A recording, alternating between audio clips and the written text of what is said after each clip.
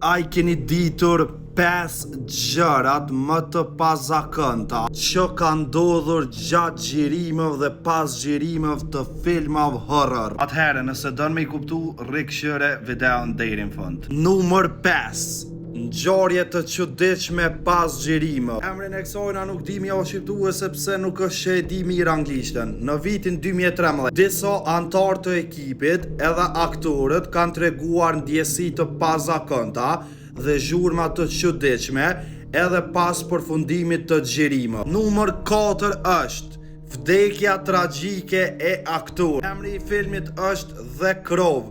Viti 1994, aktori Brandon Lee humbi jetën gjatë xhirimeve pasi një armë skenike kishte një defekt fatal, një nga aksidentet më të rënda në historinë e kinemas. Numër 3 është skeletet të vërteta. Viti 1982. Në një shtëpi të qetë ndodhin skenar të çuditshëm. Sendet lëvizin vet, zëra misterios dhe forca të padukshme terrorizojnë familjen. Një film klasik që ndërthur merren me mister. Më vonë disa aktorë nga ky film horror vdiqën në moshë të re. Numër 2. Incidente të rënda. Viti 1976. Disa persona të lidhur me filmin përjetuan ngjarje tragjike.